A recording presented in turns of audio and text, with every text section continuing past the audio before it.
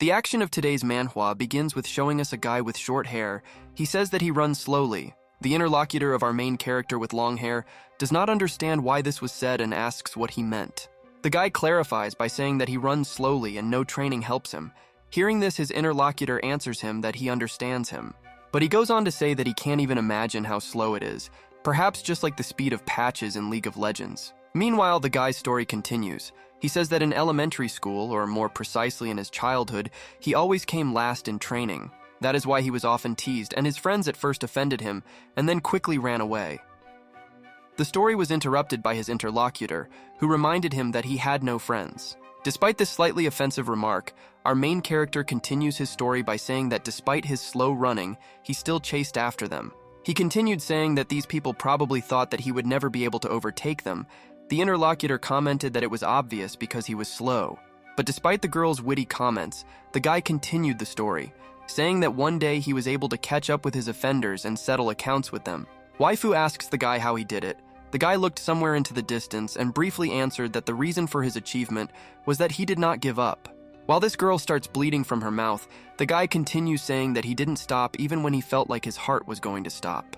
Being with this girl who was losing blood next to him, with the most serious expression on his face, he replied that this time he too would go to the very end.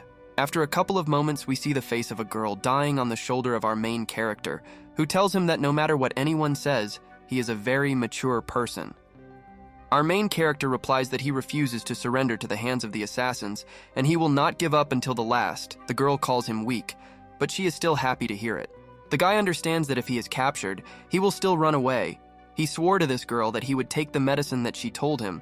He would definitely live to be 100 years old. After a couple of moments, this very dramatic scene continues with the fact that due to the loss of a large amount of blood, this girl dies right in the arms of the guy. Meanwhile, looking up, the guy hears that voices outside are shouting that they are going to inspect every corner and that one of the targets is wounded and they could not go far.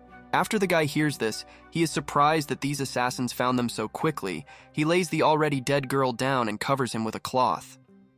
Despite the very dramatic and sad moment, the guy is forced to hurry. He promises this waifu that he will definitely come back for her and give them a proper funeral. Then the guy hears that these killers have already stumbled upon blood and are quickly following the trail. He begins to panic, but understands that he will never give up. After all, this time he has no right to give up, because he made a promise to a waifu named So-Hui. The course of events stops, and we are transported to a guy whose battle with cancer was incredibly long and very painful. Lying on his bed, he was in pain. When this guy's health was coming to an end, he thought that he would soon finally be able to get his well-deserved vacation and he could rest. But instead of the well-deserved peace, he was reborn in the body of a small baby in the family from Murim, which you could read about 14 years ago. But despite his miraculous rebirth, he was also lucky to be born in order to end up in one of the 7 great clans. Indeed, immediately after his rebirth, he became part of the Bayek clan, founded by the greatest martial artist under the pseudonym Sacred Blade of Immortality. But this guy with his very difficult fate, even in this situation, did not get along without problems because we see a bloody hand in front of us. Our protagonist's new body suffered from blockage of chi channels, a disorder in which the body is unable to accumulate chi energy. Often patients die before the age of 20. Such a terrifying illness for our protagonist was critical for someone who was a member of the main branch of the warrior clan. This guy was forced to leave his high-ranking family at the age of 20. He went to a remote place to await his death. But to keep our main character company, he had a girl named So-Hua. It even began to seem to him that such a quiet life was not so bad in such company. But all this continued until an insidious death almost overtook our main character one fateful day. Meanwhile, we return back to our main character who said goodbye to the girl. He realizes that in his attempt to escape, he has reached a dead end. In this strange, unexpected dead end, he met in front of him some strange, rusty sword that was stuck into the stone like some kind of Excalibur from King Arthur. But coming closer to this strange, rusty sword, the guy realized that with the help of this sword, he couldn't even cut vegetables because it was very rusty. After a couple of moments, the guy decided that this sword would be better than nothing, so he sat down to pull out this surprisingly rather heavy sword. But while our main character was pulling out his sword, he was interrupted by a group of assassins who had already overtaken him. The guy was completely confused. Next, this group of assassins in black clothes, led by Dilek from Genshin Impact with a scar on his face, told the guy that it is not appropriate for the son of a noble clan to run away like a rat. After a couple of moments, our main character manages to remain calm and turns around and says that it was not appropriate for such a pathetic worm like him to open his mouth. Hearing this, the leader of the group of assassins is surprised at the audacity of this asshole. He asks him how he dared to point the blade towards a member of the Bayek clan, but the guy continues to use the Gigachad mode. He informs the head of the assassins that if he identifies himself and falls at his feet begging for forgiveness, he will have a chance for pardon. In his thoughts, our main character begged this assassin not to take off his mask under any circumstances. Meanwhile, this group was surprised that this weakling was so impudent. After a couple of moments, this man takes off his mask and says that he will give his name. This guy who is at the head of the killers is called Chok Pyo Ra. Continuing to point the sword at the killers, our main character asks them if they have come for his head. They inform him that he quickly thinks his head will be brought to the master. Continuing to confidently hold his rusty blade, which cannot even cope with slicing vegetables, our main character declares that he will cut off their snake tongues. The killer who came for our main character tells him that he is braver than it seemed from rumors, so he will allow him to make the first move in the battle. Our main character begins to tremble. Before his first move, he wondered if he could because his techniques are nothing more than a child's game. In another, he is reprimanded. The guy is told that he is even holding the sword incorrectly. Turning his head towards the source of the mysterious voice, our main character sees Gandalf from the Lord of the Rings. The guy is so frightened by the sudden appearance of the ghostly gray-haired grandfather that his soul literally leaves his body for a moment in horror. While this ghostly, mysterious grandfather is talking about the fact that he came across a very weak and incompetent descendant, the guy is wondering why the hell there is a ghost in front of him. Chok Pei Ra asks what's wrong with the guy. In turn, our main character asks the crowd if she sees this grandfather who came from somewhere. But this crowd of killers doesn't see this strange grandfather. They conclude that our main character has simply gone crazy with fear. The guy understands that they really don't see him. Using his critical thinking, the guy understands that this must be the ghost of his ancestor, and this in turn means that the afterlife is still real. This conclusion of our main character made him immediately remember the girl who left this world, because he was sure that he would soon be reunited with her. Meanwhile, the head of the assassins gets tired of waiting for our main character. He takes out his sword and says that he overestimated him, and he intends to end it all. The guy sees the chi sword in the hands of his opponent. It is stronger than it seems at first glance, but he will still have to fight to the end to meet his beloved with honor. Suddenly, he is interrupted by his grandfather, who asks if he has learned to wield a sword because his stance leaves much to be desired. The guy replies that his chi channels are blocked. The old man continues saying that apparently their meeting was a foregone conclusion. He orders the sword to be left to him, the blade of immortality himself, Baek Jong Sung. It turns out that this grandfather is the strongest martial artist. He moves into the body of our main character, saying that he will borrow it for a while. Meanwhile, this Delik from Genshin Impact has already shortened the distance enough with a dash to kill our main character with his life in one blow. But after a couple of moments, instead of us seeing this killer bury our main character, we see a bright flash from the collision of two blades. Our main character, who is under the control of the strongest master, informs the killer that the assassin will not dare point his blade at a fighter from the Pak clan. Seeing that our main character, who had recently stood and trembled with fear, fought back and blocked a powerful blow, this killer was very surprised and did not understand how this happened. But the strongest martial artist who inhabited the body of our main character did not intend to stop. He made another blow, knocking out the enemy's weapon. Meanwhile, the master controlling our main character told the killers that they would pay with their lives for seeing the seventh form of the blade of heaven and earth with their own eyes. At this moment, the guy realized that his body was moving on its own. In addition, the last three forms of the blade of heaven and earth were lost, so there were only 6 of them. While our main character, who did not control his body, was thinking, this martial artist made a powerful blow against the killer using an incredible technique. Meanwhile, we watched as the greatest martial artist used the 7th form Skyblade and one-handed moon crushing to cut down an entire crowd of killers. Our main character, watching these powerful techniques, understood that this ghost was truly the same sacred blade of immortality about which legends were made. After this greatest swordmaster dealt with an entire crowd of killers with one blow, he asked our main character if he had seen it. Without hearing an answer, the old man asked again if he had seen. The guy asked what he meant.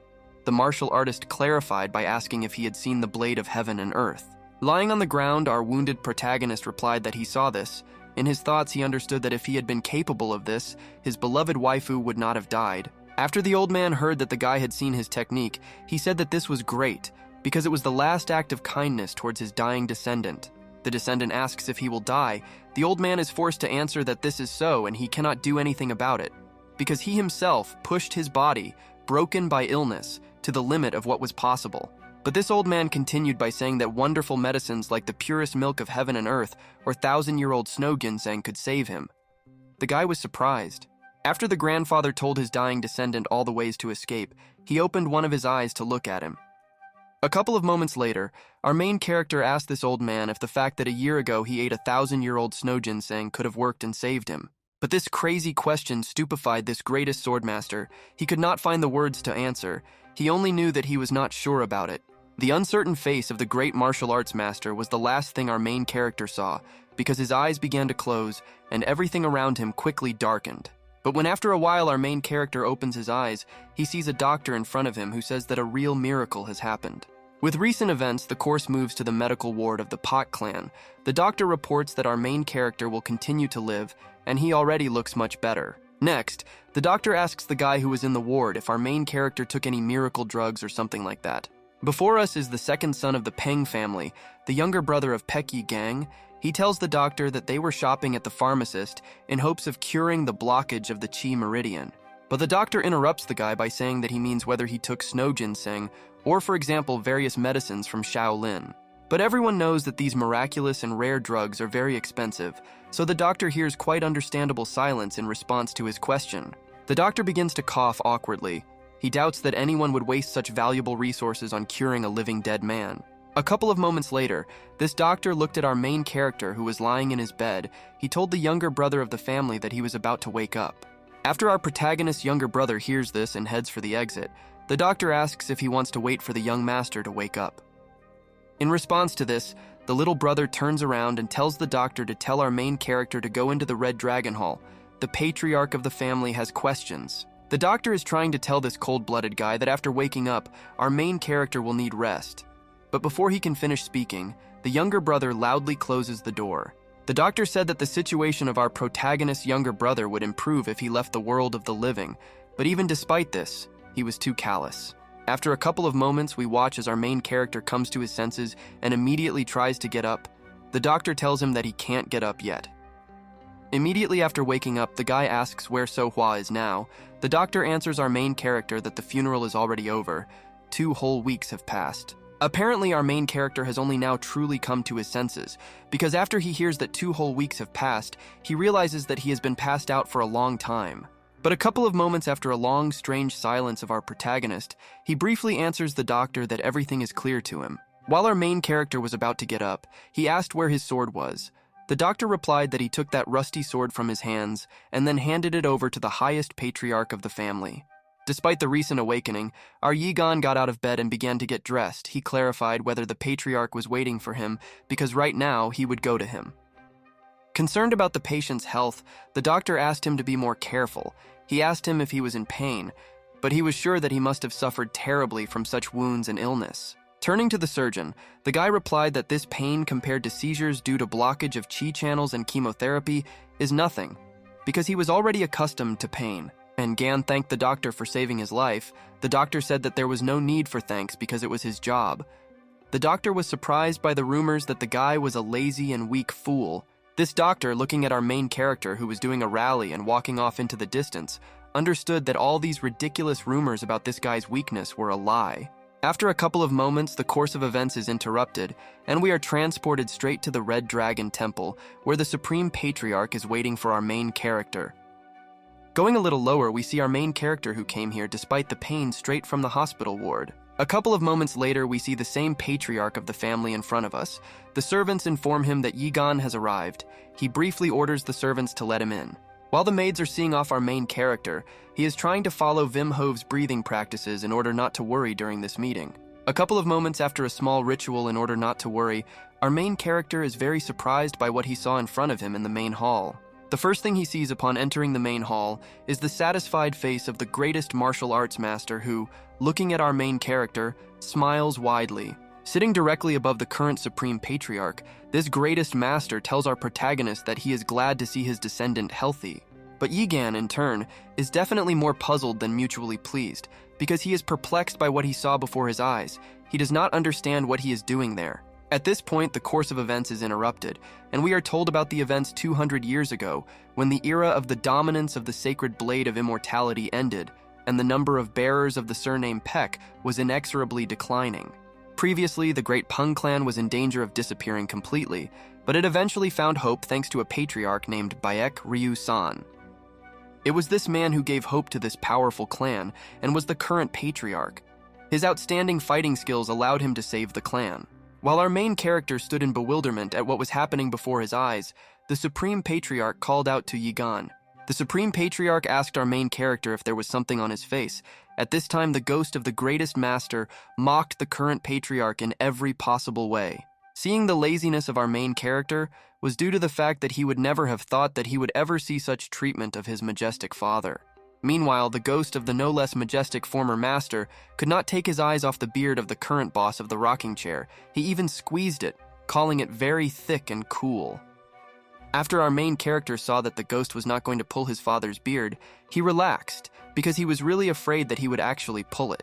But with his thoughts, Yigan completely forgot that his father was still waiting for his son's answer. Meanwhile, the funny grandfather stood behind and feigned innocence itself. Meanwhile, various officials who were also standing in the corridor looked at our protagonist with disgust and obvious indignation. Ngan bowed his head and asked his father for forgiveness, because his body was not yet completely healed. He asked his father if he called him here. The father replies that this is indeed so, and then asks the guy if he knows what kind of people made an attempt on his life just recently. After Yi Gang looked at his father, he saw how he looked at him seriously and patiently waited for our protagonist to answer his question. Having turned on critical thinking, our main character wondered whether his father wanted to check by asking such a question. He also maintained a serious look. After a couple of moments, Yigan tells his father that he thinks that these were guys from the demonic alliance, because they were just aware that their family continued to accumulate power. The eldest patriarch of the Beck family heard the opinion of his son. Yigang added that this was most likely a rather unlikely outcome, but it could happen. The guy continued saying that he did not see their techniques, but the assassins hardly belonged to the demonic alliance, because they would never raise a blade against a member of the Bayek clan. And Gan added saying that even if they had gone crazy, they would not have attacked the current heir. Scratching his beard, the eldest patriarch told his son that he had changed. But he continued telling his son that he had not changed much, and he did not have a ready verdict about the attempt on his life, and Gan agreed with everything that was said. Next, our main character was asked if his conscience was tormenting him, because on that night of the assassination attempt, no one but him could survive. There were whole crowds of corpses. But our main character, despite such a difficult answer, answered quite confidently that he was glad that he was able to survive, and his conscience does not torment him for this. Looking at his father and gaining testosterone, Yigang told his father that he needed to continue living in order to avenge the fallen members of the Bayek family. Judging by the reaction of his father, he was interested in the father of his son. He asked him to come closer to him, and Gan was shocked and asked his father again, but he stood his ground. After a couple of moments, our main character stood up from his knees and began to slowly, awkwardly climb up to his father, the eldest patriarch of this clan. After Yigang stood in front of his father, he was asked how he got rid of the assassins, and the marks of cuts on his body were definitely left by the technique of the blade of heaven and earth. This question really drove our main character into a dead end, because they are unlikely to believe that he was able to kill the assassins when he is not even able to use his internal energy. Our main character was confused before answering, because something very strange had happened and it would be very difficult for him to tell it so that they would believe him. The guy realized that he needed to try to add a lot of true facts, so he said that at the end of the secret passage he found a space marked with a stripe. As he stepped there, he lost control and consciousness. While Yigan was talking about how he fought with assassins not under his control, the father said that this was all too strange and suddenly grabbed his son's hand. Then the elder patriarch's hands began to glow.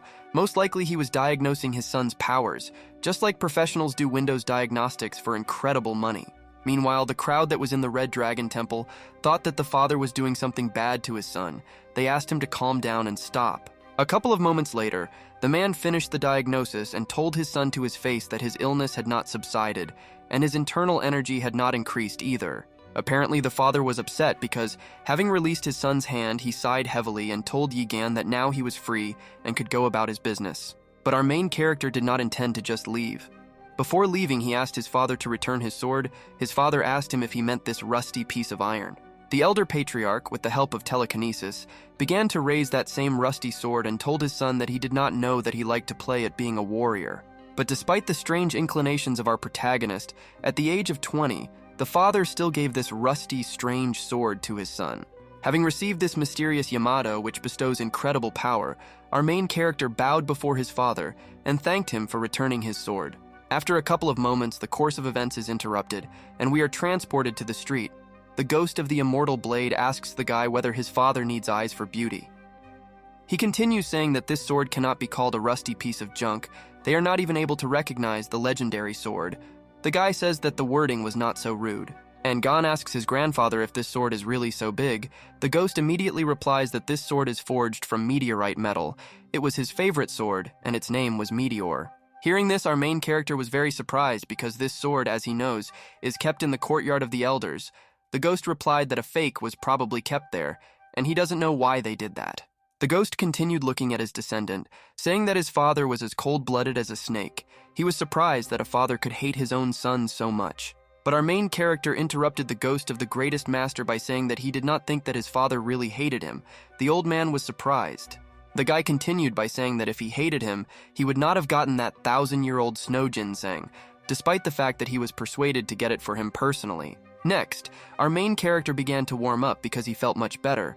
The old man was surprised because his father grabbed him to help with the healing of internal injuries. While the two continued to walk somewhere, the ghost told the guy that his father was probably not one of those who knew how to openly express love, and Gan laughed and agreed with the ghost. After this, the course of events is interrupted, and we return to the Temple of the Red Dragon, in which the patriarch sighs heavily, because he carried out a massage using internal energy so that the elders would not notice anything. One of those close to him told him that it must have been difficult. The patriarch replied that it was not so, because it's much more difficult for Gan now, and his body is simply in a terrible state. The patriarch continued by saying that he was able to perform a healing massage only thanks to the efforts of the doctor. This man nearby added that they should reward the doctor with dignity. After a couple of moments of silence, the senior patriarch turned to the clan manager to ask him a question that was bothering him. Leaning down, he asked the valve manager if he was too cruel to his son because they had not seen each other for a very long time.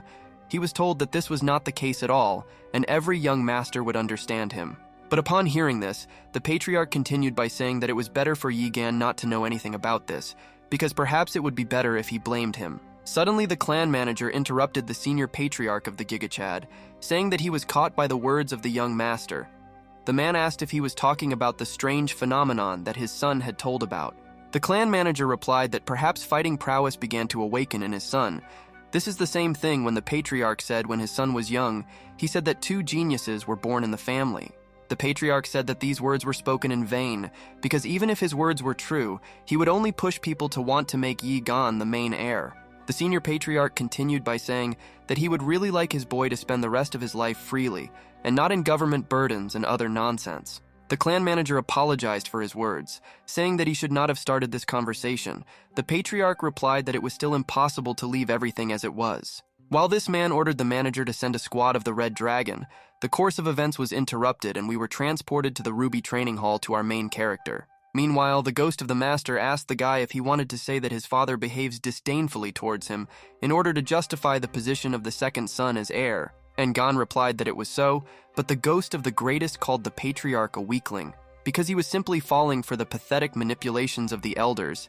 The guy said that it was all thanks to this ghost. The ghost was very surprised by the unexpected accusation, and Gon continued saying that masters of immortal martial arts live unusually long. Against the background of the family tree of the Beck family, the guy continued by saying that because of this property, many senior members of the Beck family are still alive, so it is very difficult to contradict the elders. The old man, hearing this, found it difficult to answer and avoided answering by saying that the ancient sages did not just instill respect for their elders in young people. A couple of moments later, he took the meditation position from the fitness programs and told his master, the greatest immortal blade, that he was ready to begin the practices. Immediately after this, the old ghost approached our main character and stood in front of him and wondered how he could use internal energy when the chi energy is separated from the bloodstream. A couple of moments later, the immortal blade told his descendant that in fact everything is simpler than it seems. Yi Gan's face upon hearing this broke into a smile and joy. But the grandfather continued by saying that for this, our main character just needs to die.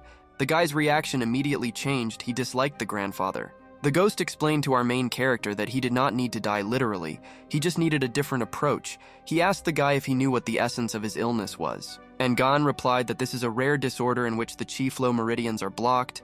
The old man immediately replied that this is an incorrect explanation.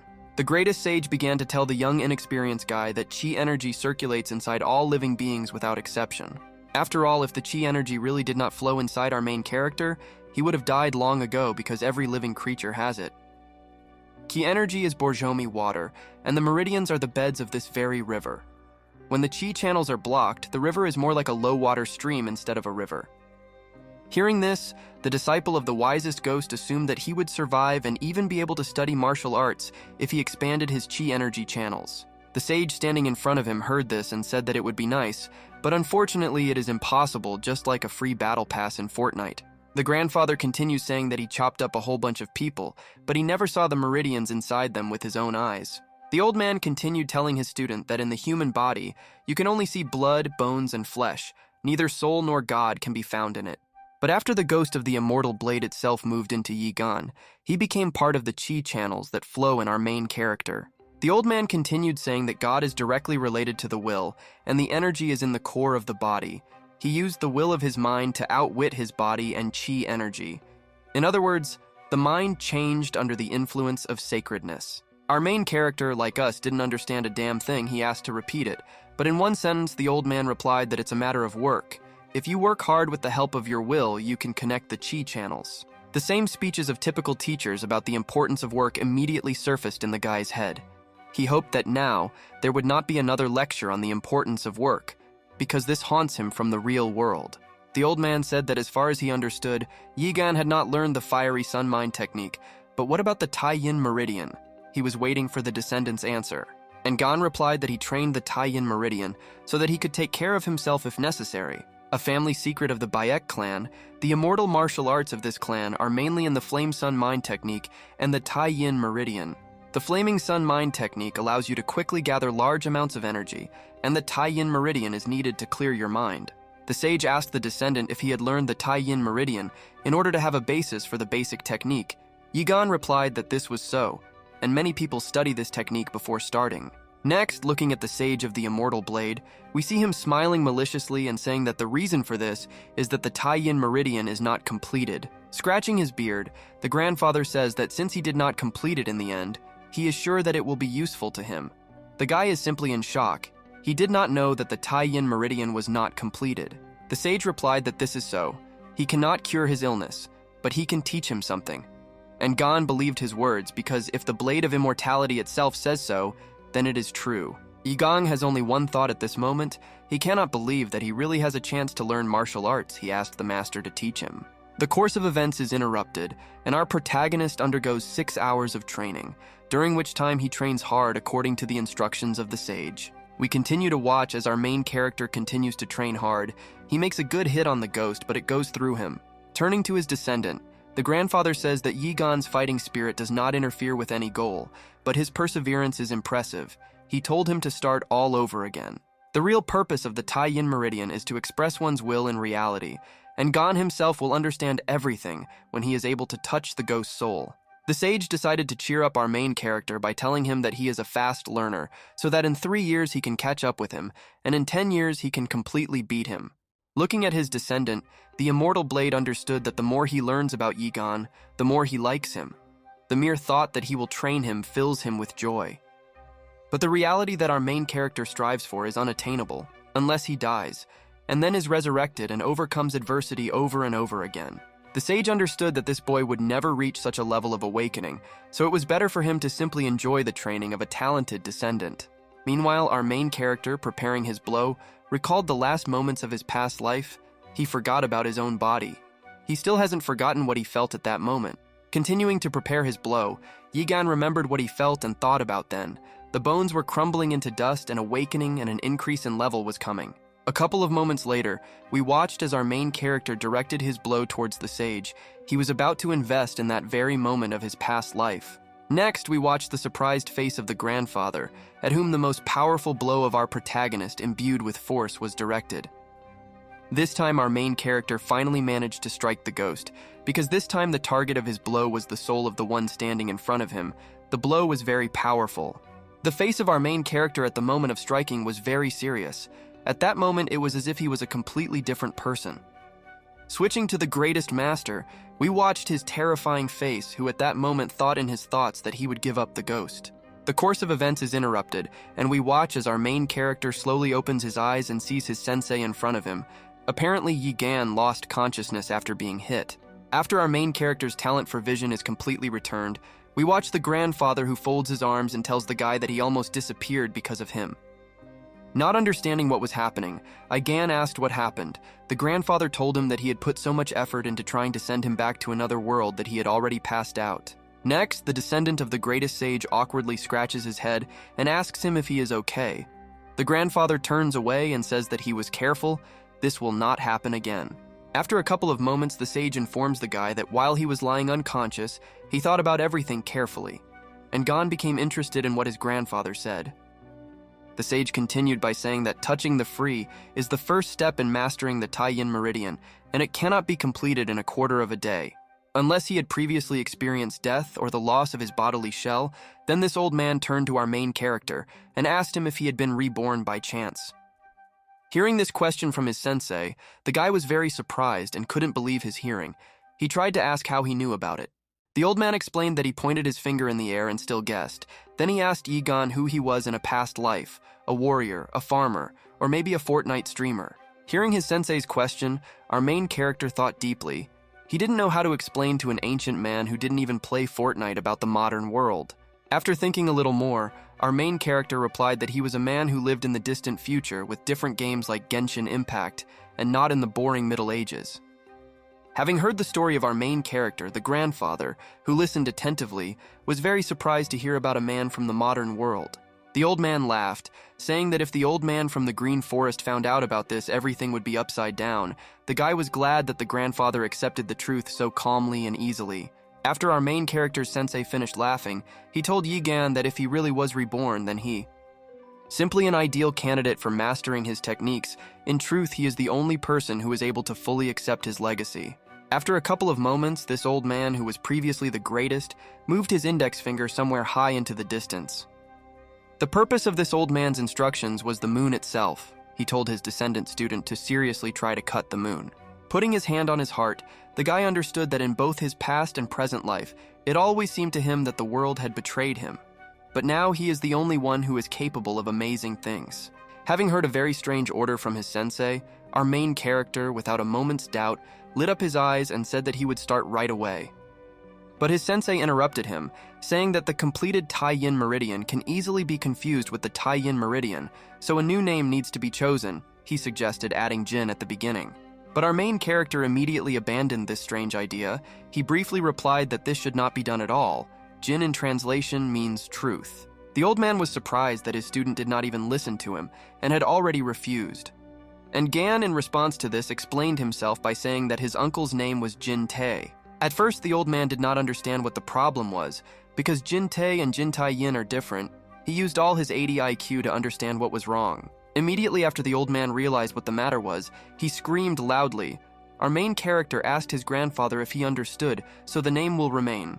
The course of events is interrupted, and we are transported to a night street. A whole month has passed since the events we recently saw.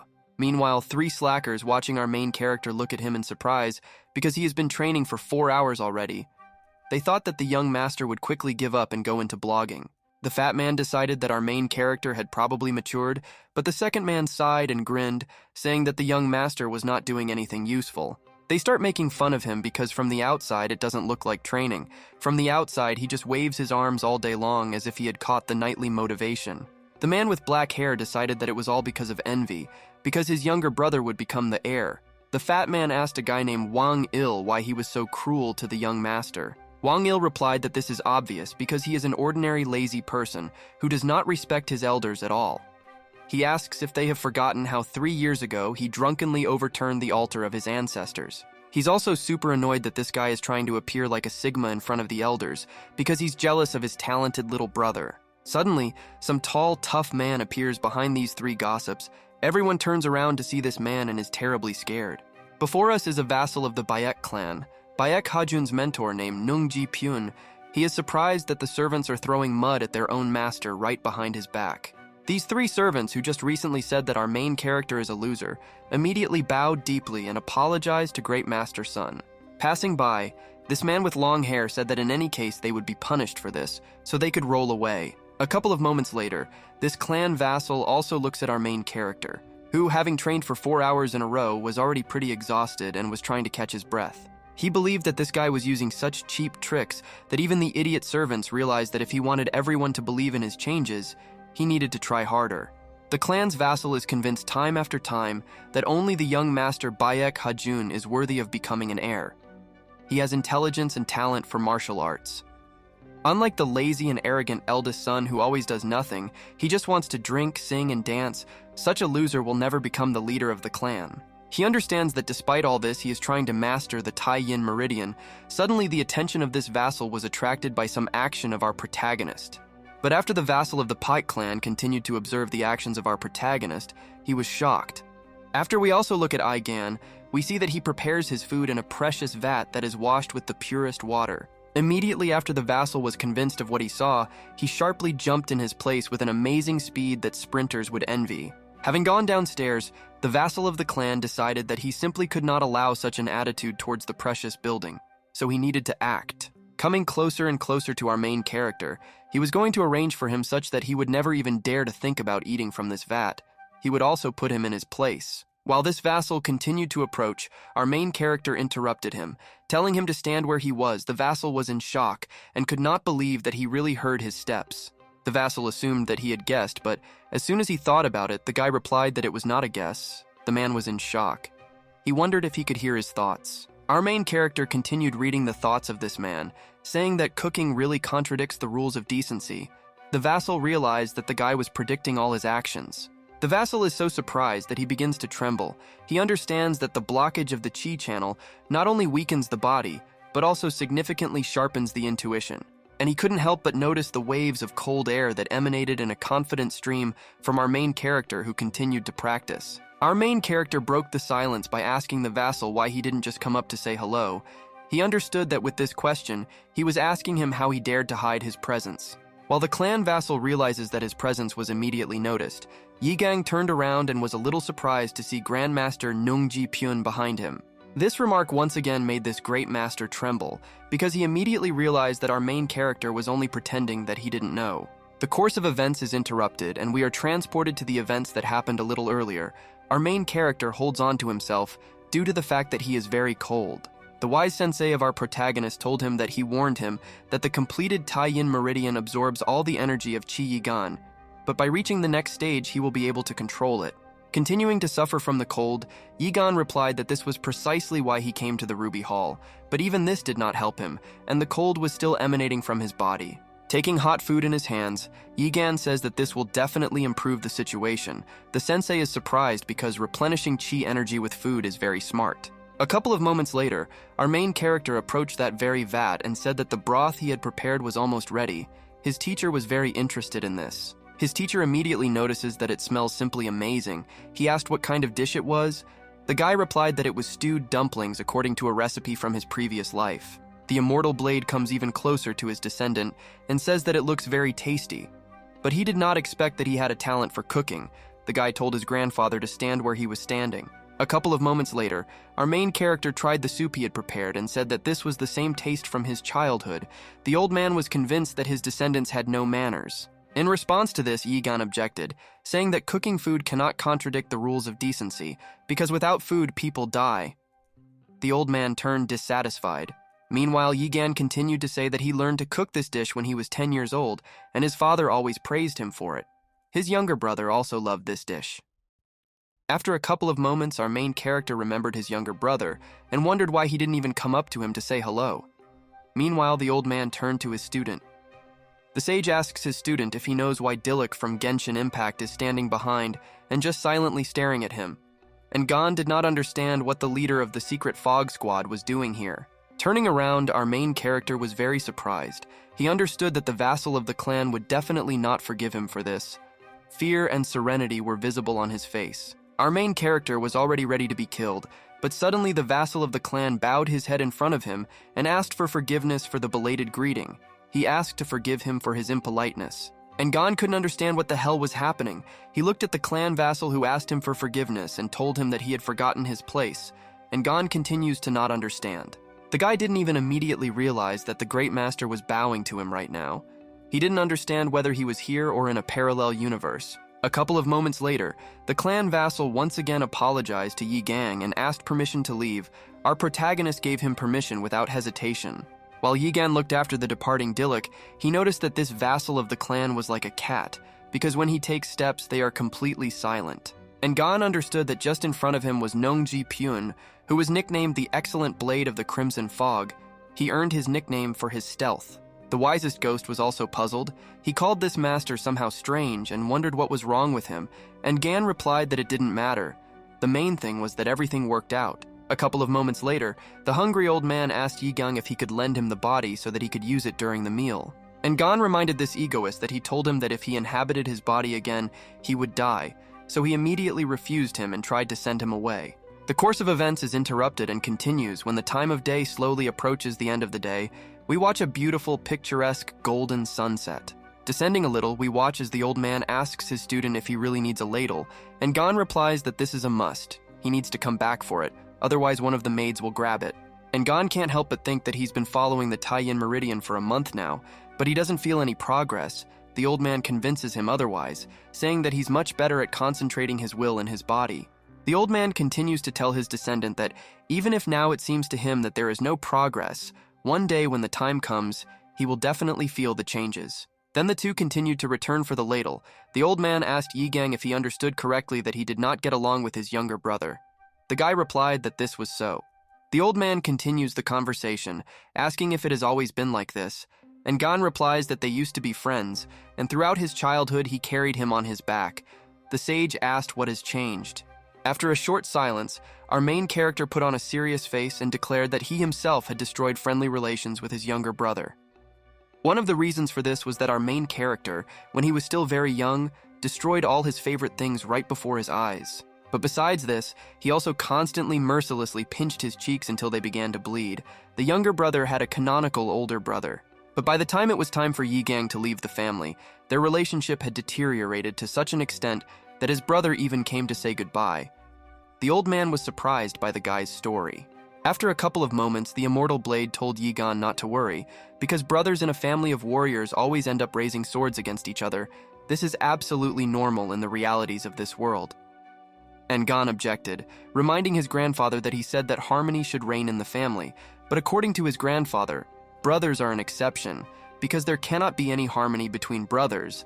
The guy asked why this is so. After thinking a little, the grandfather replied that he too once had a brother who once sent him an assassin. He easily dealt with the killer sent after him, but he did not kill his brother for this. Instead of killing, this Gigachad destroyed his energy center, or in other words, the Sea of Ki, and severed all the energy flow channels so that he could spend the rest of his life happily. After listening to this touching story, Yi Gang told his grandfather that he did not know that the most sacred blade of immortality had a brother.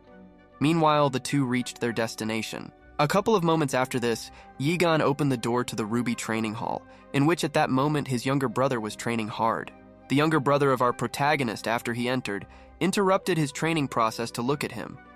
The old man was surprised to see his brother Yi Gang and called him smart in appearance. Instead of even dropping a word, our main character simply went to get his ladle and after that was about to leave. Looking at this, the sacred blade called this picture real boredom.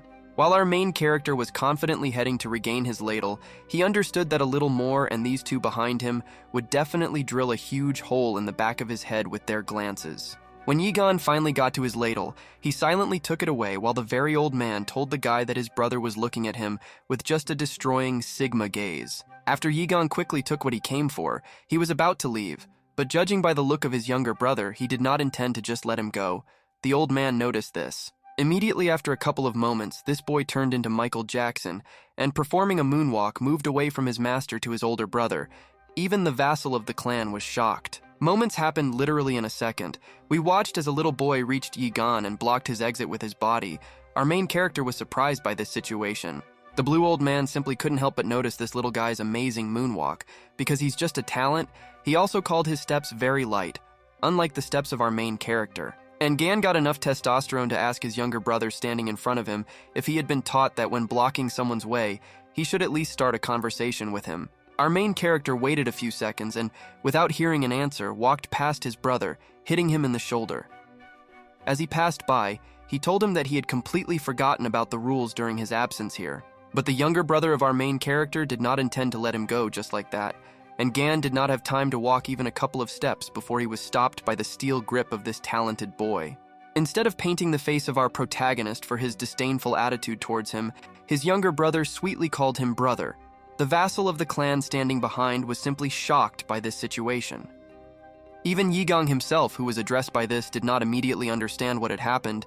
He turned back and asked, puzzled, what he had just said. Even he did not expect such a strange outcome. Looking at younger brother Yi Gan, we understand from his reddened face that he said this by accident, because he immediately began to backfire, trying to get out of it by calling Yi Gan a respected older brother. At this point, the course of events stops and we are transported to the distant past when these two were still very small.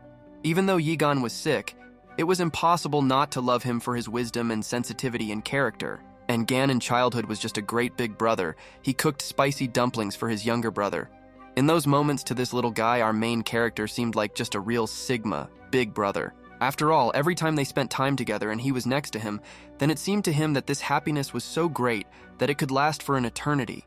But all good things come to an end, just like your favorite manhwa or this video, because one day everything changed in our main character, and he became a completely different person. We watch as someone furiously throws some kind of dish filled with soup or medicine onto the floor, thereby breaking this possibly expensive dish. On this fateful day when Yi Gan completely changed, he completely refused to take his medications.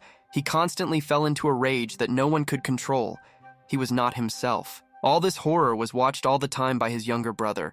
That day he completely refused to spend time with any of the people from the Beck clan. His younger brother was horrified by what was happening.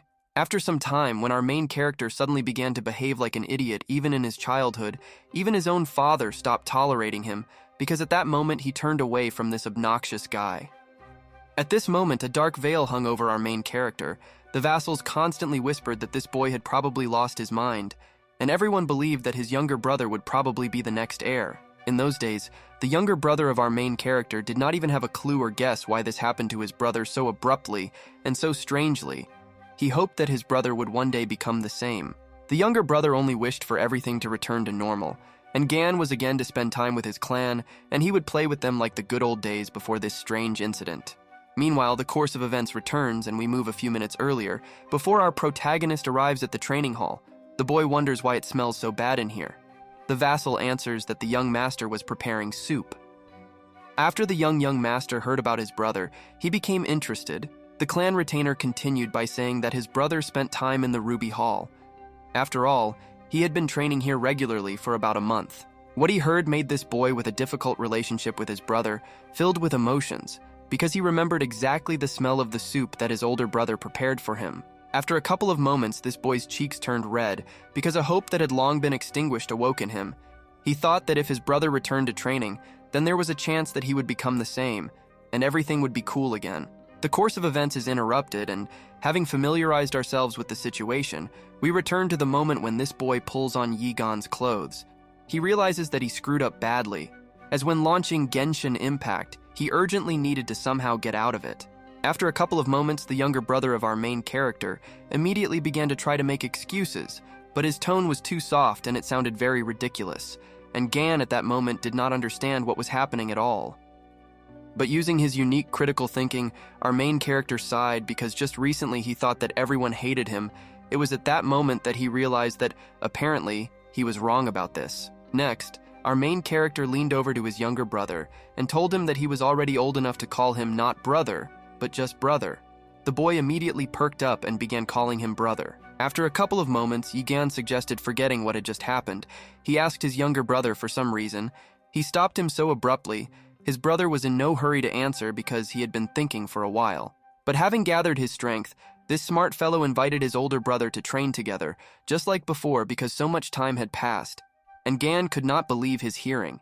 He asked him if he was joking. And Gan, placing his hand on his forehead, told his brother that he couldn't even use chi energy, so he considered this invitation to train as another attempt to take revenge on him for his stupidity. But the young master immediately began to try to convince his older brother of the opposite, telling him that he had understood everything wrong, and this was not what he meant by his invitation to joint training. A real commotion began. This guy said that today they were supposed to practice qigong, so he thought that he would not need energy for training. The younger brother continued by asking the older brother if he remembered the play on words and the goblin, an exercise that their father taught them quite a long time ago. He summed it up by saying that this is what he will do today. Hearing this sacred blade scratching his beard, he expressed his joy because his exercise is still passed down from generation to generation, and Gan is shocked because he considered it a child's game. And Gan replied that in any case it was not up to them to decide, because they should ask the great master Nin, because he was responsible for the training. The younger immediately looked at his teacher. While our main character understands that he will lose in any case, he also believes that the master hates him, so he will not allow him to play. But the master himself allowed Yi Gan to join. Hearing this, Yi Gan was very surprised because he believed that right now he would receive a 100% refusal because, in his opinion, the vassal of the clan should have hated him. The younger brother of our main character immediately perked up. He told Yi Gan that since the great master had resolved it, there were no problems. But Yi Gan was not ready for such a situation. He was trying to understand what was happening. Meanwhile, we understand that the great master did this to make sure whether our main character really has powers or is hiding them, and Gan noticed that the vassal looks like someone who dreams of breaking him off. A grandfather, who is like Tyler Durden in the head of our main character, enters the conversation. He asks if he wants to arrange a training fight, because then he would teach him how to make his body lighter. And Gan doesn't understand how this will help him defeat his brother, but the grandfather replies that Qigong literally lightens the body's weight, and this plays a significant role in the exercise they will perform. The old man continues telling Yi Gan that he spent a whole month learning to concentrate and use his will. Perhaps if he concentrates on the right thought, he will have a chance of success. While the guy wonders if this is possible, the old man continues by saying that he didn't say this before because he wasn't sure, but he will give him a hint to extend his life if he wins. After our main character heard about the chance to extend his life, he immediately grabbed his brother, telling him that he agreed to take part in the goblin's word game. His brother was surprised. It was as if a fire had been lit in Yi Gan. He asked his brother if the basic rules were the same. The no less enthusiastic younger brother Yi Gan replies that the rules are the same. But here are the bandages. The sacred blade of immortality, looking at his student, says that it was not necessary to pretend, because it was as if it was written on his forehead that he himself wanted to play this game. At this point, the course of events stops and continues when this crowd moves outside. It's already night outside. They are ready to start playing. A couple of moments later, we watch Ha Jung, who closes the blindfold over his eyes. Even the elders once admitted that he would become the strongest, and Gan understood that he had little chance. The old man, looking at Ha Jun, tells Yi Gan that judging by his Michael Jackson moonwalk, he is already a pretty skilled boy. But if this child is 1 in 100... Next, the blue old man, looking at our main character, continues to say that he is his chosen student, who is the only one of his kind and the greatest of all. While Yi Gang looks at his blindfold before putting it on his eyes, the old man tells the guy to show his little brother the difference between heaven and earth. Putting a blindfold on his eyes, the guy remembers that in his house they always said that the younger brother could never compare with the older one. He was ready for a fight. But this cool moment is spoiled by the fact that the sacred blade of immortality is interrupted by Yi Gan, asking him if they seriously said that at home, because he cannot agree with it. The old man explained that he did not agree for the reason that younger brothers learn from the mistakes of their elders. Thereby, they can surpass and become better than their elders. Next, we watch as the vassal of the clan asks these two to remind them of the rules, and Gan asks that they should throw bags of red beans while they have bells on their belts. Dilek with black hair reports that he decided to slightly change the rules to complicate the training. There will be no bells, and he also wrapped the bags in rabbit fur to muffle the sounds. He continues by saying that there will be only 5 bags, and they play until 3 points, hitting the bag with 1 point, and if the bag remains in the hands of the shooter, it is an automatic victory. And Gan can't believe what's happening, because they haven't played this game with their brother for a long time. He reminds him that 6 years ago, his younger brother cried after getting a bag in the face. Hearing this, Ha Jung blushes and is a little embarrassed. He tells his brother that this will not happen again. In this case, Yi Gang advises him to take care of his nose. A couple of seconds later, the clan's vassal, with a deft movement of his hands, tossed bags of red beans wrapped in rabbit fur and announced that from now on the game had begun. Immediately after the command to start the game, Yi Gan makes a dash because he is playing this game with his brother. Now he will definitely show him how much he has changed. But immediately after a few seconds, our main character gets hit directly in the chest. The clan vassal reports that 1 point goes to Mr. Ha Jun. The vassal of the clan praises the younger brother of our main character. He says that he is head and shoulders above Yi Gan, which means that he should not worry about his talented student. After the vassal decides to see what Yi Gan is doing, he sees that he is using the Tai Yin Meridian. He already decides that he gives up. At this time, our main character is completely focused. Meanwhile, Ha Jung stands in bewilderment because he is confused because the sound comes from the same place. The retainer wonders what Mr. Yi Gang is up to. After a couple of moments, the young gentleman still decides to throw his bag at our main character, despite the fact that he is slightly confused due to the fact that the sounds are from one side. Next, we watch as Yi Gang tries to insert a bag of beans with his eyes closed. It is worth admitting that he almost succeeded. The vassal of the clan at that moment realized that the moment was worthy of admiration because Yi Gan was trying to catch the bag blindfolded. Meanwhile, the second point was earned by the small one. Literally a second later, another bag flies at our main character, but this time he easily dodges it. The vassal is shocked. Is he really able to sense them? Despite Yi Gan's amazing move, his younger brother still wins by 2 points. If this continues, the outcome is quite obvious. But the thoughts of the vassal of the Baek clan are abruptly interrupted. An incredible surprise can be seen on his face. He probably noticed something that he had not noticed before. Looking at the feet of our main character, he realizes that the sound of Mr. Yi Gan's steps has not been heard for some time, and he noticed it only now. Taking a closer look at our main character, he also noticed that the blows of our main character also did not make the characteristic sound of a fist cutting through the air.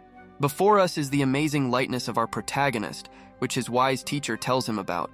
With the help of his technique, he seemed to completely erase his presence. At this moment, literally no sounds come from our main character. Ha-jun simply cannot believe his ears because he hears absolutely nothing around him. Complete silence. Finding himself in an incredibly dead-end situation, the younger brother plunged into thought in the hope of finding an answer. He wondered how they played with his brother before. At this point, the course of events is interrupted and we are transported to Ha-jun's memories. He remembers that he never managed to defeat his older brother in the game of catching a goblin. But after a couple of moments, something happens that forces this guy to return to the real world. Ha-jun begins to feel a flow of cold air moving towards him. Ha-jun understands that he just needs to have time to dodge this, but after a couple of moments, this stream of cold air turns out to be too close to him. Returning to reality, we see how a stream of cold air was our main character, who hit his younger brother with a blow to the face using a bag of beans. Immediately after this seemingly not very powerful blow, the younger brother of our main character falls to the floor as if a brick had just landed on him from a high-rise building. While Ha-jung continues to lie and look at the sky and talk about his still short life, his teacher, looking at him lying there, is very surprised and calls out to him. But before approaching his student who is lying on the ground, he declares our main character the winner of this game. At this time, Ha-jun is again about to fall into memory. As I said, this guy, having lost to his brother, plunged into memories in which he asks his brother after the incident why he is so angry, and Gan briefly tells him to get lost. The guy understands, lying on the floor, that now he really regrets those times because at that moment he was not able to understand why his older brother changed so much, and suddenly, a couple of moments later, we watch our main character give his little brother a slap, just like his older brother did to bring him to his senses. Next, we understand that this guy accidentally apologized, and Gan asks him why he is apologizing because he lost. Ha-jun replies that that's not the point, and that's not what he's talking about. The guy starts crying, saying that he took all his brother's things, and he also heard that their mother died because she got sick while she gave birth to him.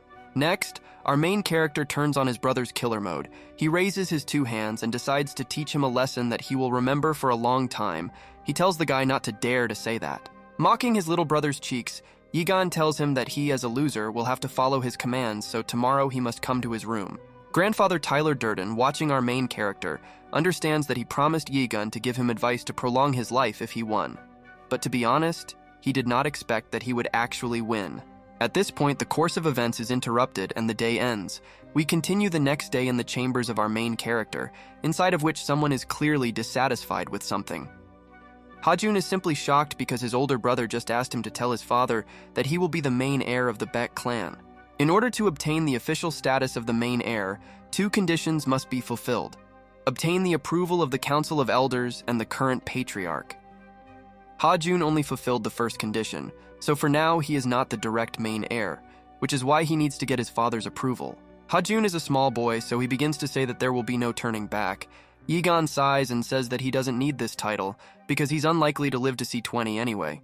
As a result, our main character, without difficulty in front of his younger brother's eyes, declared his intentions to live carefree. The old man was surprised because it was the first time he had seen someone voluntarily renounce the status of heir. Suddenly, Yigan starts a conversation about the death of their mother. He says that the birth was really not easy for her. But the patriarch himself makes sure that the people keep quiet about it. He asks who told him this. The younger brother was not going to hide anything. He openly answered that the one who told him was his uncle. His uncle told him that he did not want to touch on it, but he remembered everything. The old man, as the oldest of the Baek clan, immediately understood that we were talking about the asshole Baek Ji-tai. The guy understood that there were very few such good people in the clan. The old man was furious. The younger brother began to doubt. He asked that after becoming the heir of the Baek clan, what would happen to him? And Gan replied that he did not want to sit idly by, so he would try to repair his body. Hearing this, the younger brother of our main character jumped up sharply. He asked the guy if he really knew a way to be cured. He asked if he had contacted the divine healer. Our main character replied that he did not know, because perhaps even the divine healer also did not know how to heal such a difficult ailment as blockage of chi channels. Then we move on to watch how the blue old man suggested visiting Cheongsim, because there are only old people there. They are wise, so it is likely that there will be someone there who knows how to help. A little further, we are told that there are many outstanding martial arts masters in the world, but only a few of them have crossed the border of human capabilities and become gigachads. With the help of this overcoming, these incredible masters manage to achieve simply incredible heights. Then we observe the image of the abbot of the Old Believers faction in Shaolin and the Emperor of Swords. But looking a little lower, we see the gray-haired old man who was discussed quite recently, because this is the same master from Chanrim who is probably a powerful master. The Sacred Immortal Blade continues the story by saying that this master leads Cheonrim. This place can be compared in strength to the 9 great sects. Only those whose powers are recognized can live here. Despite their solid reputation, little is known about them. Once the Sacred Blade of Immortality stayed there and at the same time it helped them a little, the old man never told this to anyone from the clan. At this moment, Yigan thinks that the Chanrimskis were probably very strong back then. What could they ask for from the Sacred Blade of Immortality? The old man replied that if our main character shows them the small change that he received from them, then any of his requests will be heard. This coin is hidden inside the Sirluna temple, and Gan needs to find it. Returning to the conversation with the living, we hear that the younger brother of our main character reports that he really heard that, in those places they understand internal energy. The boy continued the story that soon he will be able to meet them, because someone from Chanrim is just supposed to visit them in a few days with students from other clans, and Gan sees this as a great chance. The Sacred Blade, scratching his beard, tells Yigan to run and look for his loose change. He has taken action against the thieves, so he should take one of their subordinates with him. Our main character answers the blue old man that he has no subordinates, to which the old man reports that one of his subordinates is right now in front of him. Hearing the intelligent thought of the Sacred Blade, our protagonist immediately took action. He asked his younger brother if he wanted to go for a walk with him tomorrow.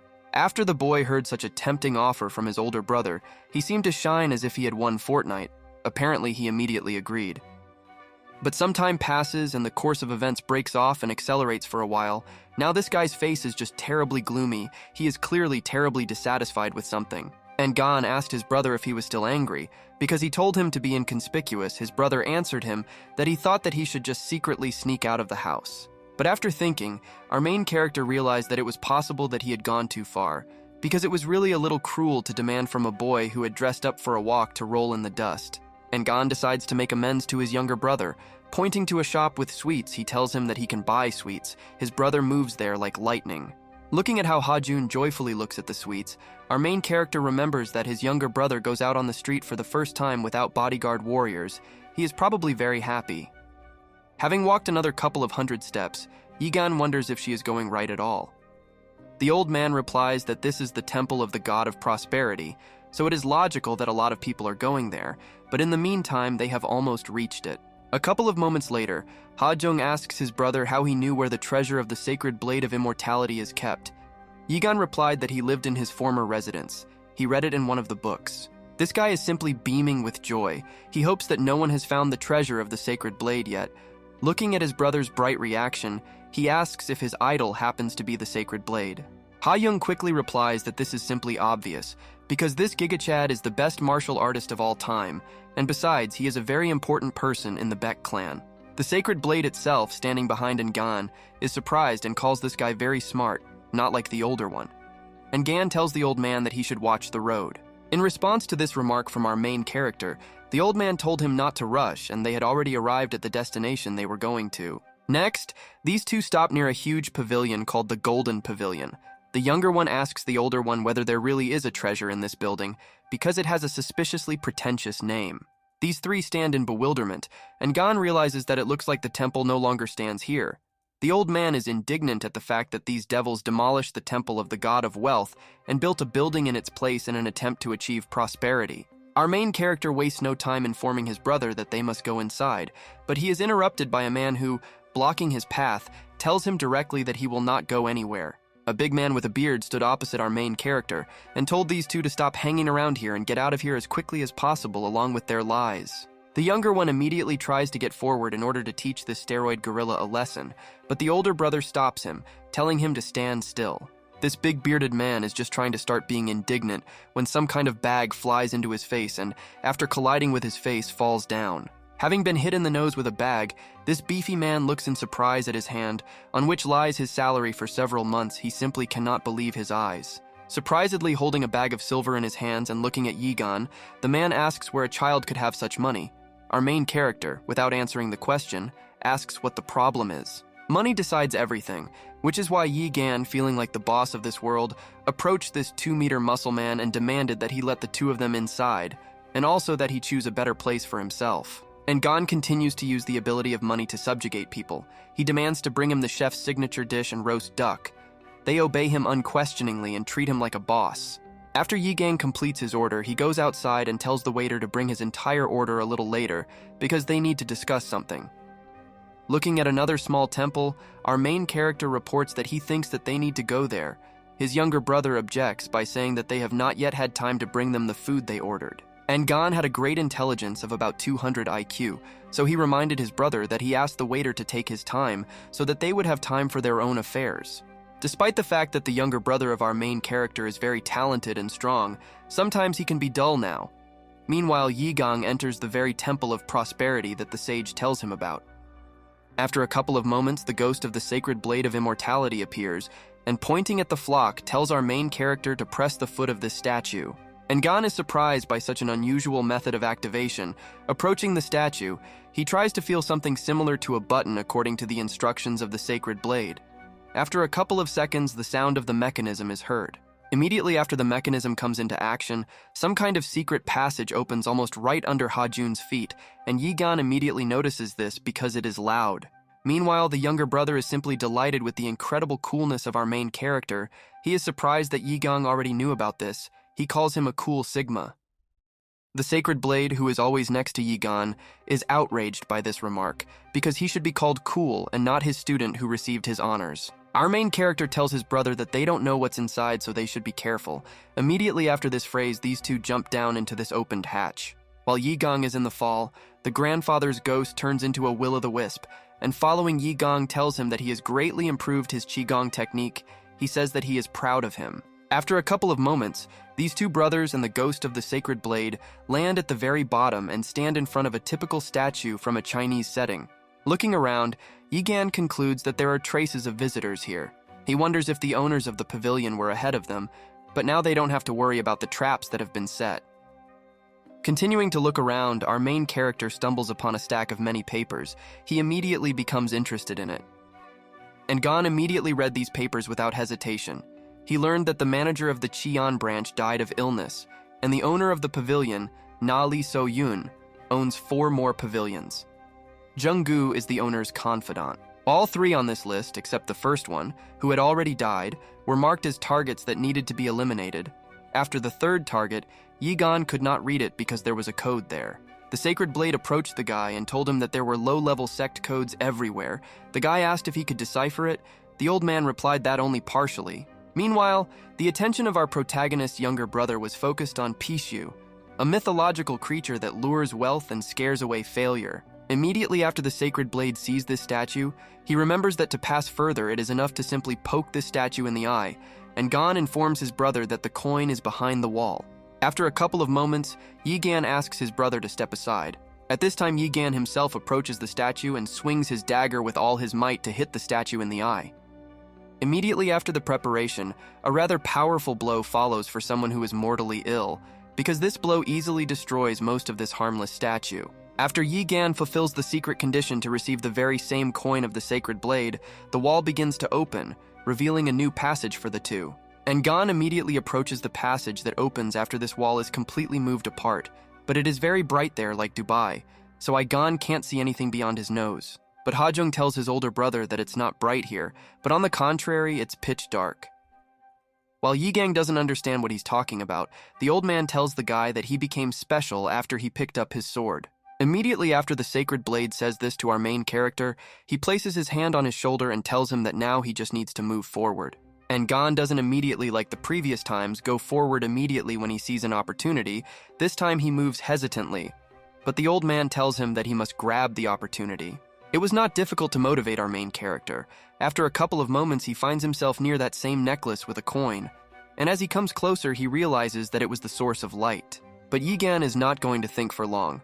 Instead, he grabs this necklace as soon as he comes within the range of this amazing artifact with a strange property. Even though Yigan completely covers the necklace in her hand and continues to emit powerful rays of light, something strange begins to happen. After a couple of moments, our main character finds himself in some other space where there is absolutely nothing. There is only a blinding light around. I hope he is not reborn again.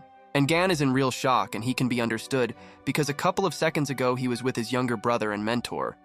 But a moment later, in an incomprehensible way, he ended up here. While our main character continues to wonder where he is, the same sacred blade of immortality that saved his life at the very beginning begins to approach him from behind. After the old man reaches his descendant, he confidently puts his hand on his shoulder, calling him worthless. This time his body is tangible and he is not a ghost, so Yi Gan is scared. Turning to the old man, he is surprised that he is here. He asks him why his body is no longer translucent. The old man grins, telling his descendant that he is very lucky. While the sacred blade of immortality continues to say that Yi Gan was born under a lucky star, the guy counters by saying that he was rather born with a fatal disease. Twice at that. The master then asks his student if it is lucky to learn from a master like him. He adds, telling Yi Gan that he has absorbed the spiritual power of this eye, so he is definitely lucky. And Gan asks, holding the artifact in his hands, if this is really the eye of that creature. The old man replies that it is. He and the then leader of Chanrim tore it out of the eye socket and made a necklace. Looking at his mentor, the guy says that he has already seen ghosts. So perhaps magical animals also exist. The grandfather is surprised that the guy easily accepted this. And Gan, putting this magical necklace on his neck, asks if he means that light by spiritual power. The old man replies that this is exactly what he means. The sacred blade says that the internal energy of the lower dantian comes from the middle, and the energy of the middle from the upper. The source of energy of the upper dantian is spiritual power. Finally, the grandfather switches to normal language, telling our main character that this necklace can slightly improve his situation with chi energy. The guy says that help would not hurt him. After a couple of moments, our main character begins to feel some strange, unpleasant feeling that pulls him away somewhere. Meanwhile, the mentor, looking at the student, is surprised that Yigang was easily able to get himself a very rare thing. Meanwhile, Hajun's voice makes its way into his consciousness. Then the old man, for some reason, says that he doesn't like all this. Meanwhile, the picture before the eyes of our main character begins to darken, and the voices become louder. The course of events is interrupted, and we continue when our main character finally comes to his senses and returns from this very strange white space. He is greeted by his worried younger brother, who asks Yigang if he is okay, since he has been unconscious for over an hour. Yigang is surprised by the duration. After a couple of moments, we hear that somewhere nearby the male voices of warriors are approaching our main character. They are going to tie someone up and leave him right here.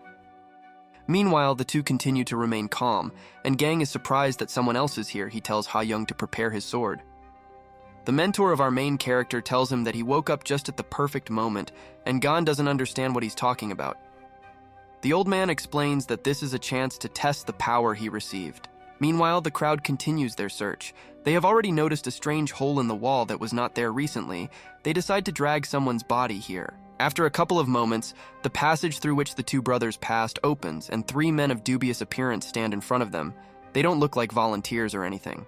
This crowd, looking at the two brothers, wonders what kind of ragamuffins these are. One of them says that he will be tormented by nightmares all his life if he has to kill ordinary children. Our main character asks the crowd if they are from the lower 5th gate. He didn't know they were all here. He offers them a generous reward if they let them go without causing problems.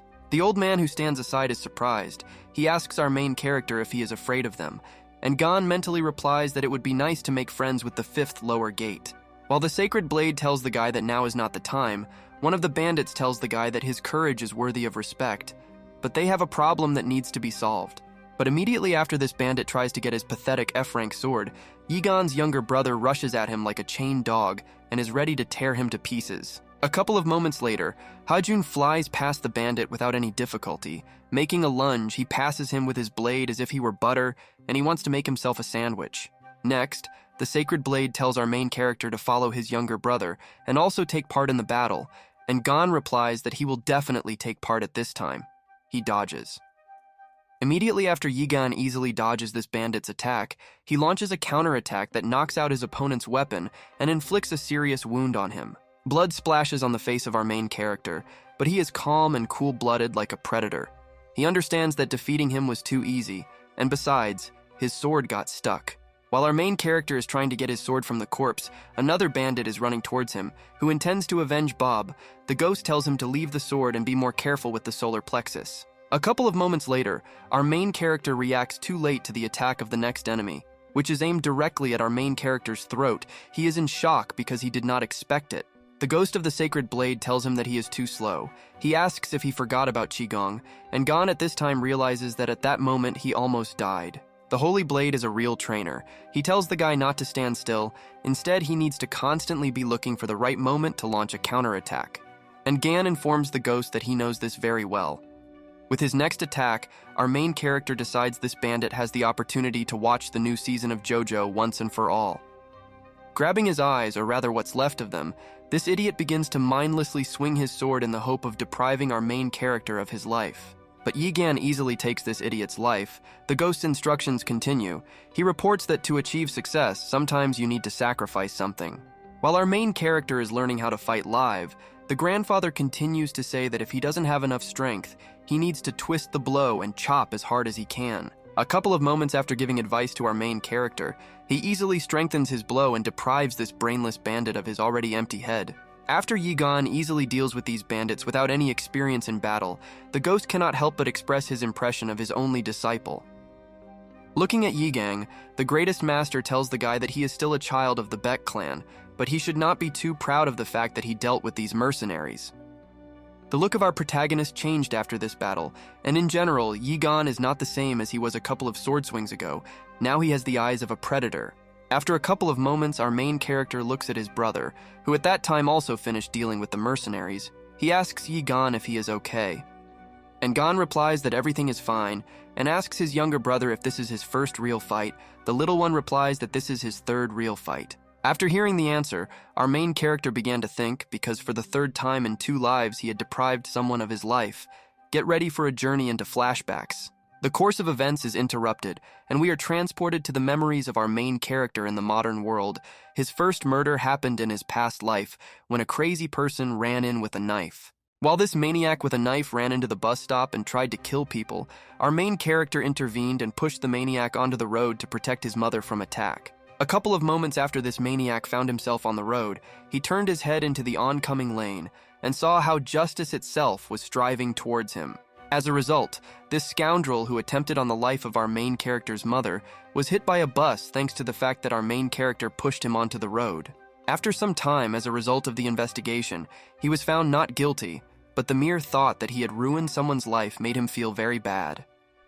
The second time he killed a man was when the sacred blade of immortality occupied his body. Then he cut the man in half with his own hands, but this no longer evoked emotion in him. And Gon assumed that he felt less emotions from killing because now he was in Murim, and now he was not an ordinary person, but the son of a clan of warriors. Wiping the blood, our main character said that if the mercenaries came after their souls, then they should have been prepared for death. The old man praised the attitude of his descendant. A couple of moments later, our main character and his younger brother are approached by a man with a blindfold, who thanks the nice gentleman for saving them. Being tied up and sitting on his knees, this man says that it is very good that they punish these traitors. He told them that the Western branch is in their debt. He will personally make sure that they are rewarded. A couple of moments after the two brothers listened to this strange man, they began to consult. The younger one asked the eldest if they would kill him too for company. And Gan, having listened to his younger brother's proposal, at first thought about it, but then in a whisper he told his younger brother that it was too early to decide something, so it was not worth killing him. Therefore, our main character begins to approach this man, asking what his name is. The man continues to thank them for saving him. He reports that his name is Zhonggu. Using critical thinking, he realized that this was a name he had already seen in the records he had recently studied. He immediately realized that according to the records, he was the right hand of the manager of the Western branch. Coming even closer, Yigan asked him if these people were traitors to the lower fifth gate. The man reports that this is so. He says that they staged a riot as soon as the previous manager died.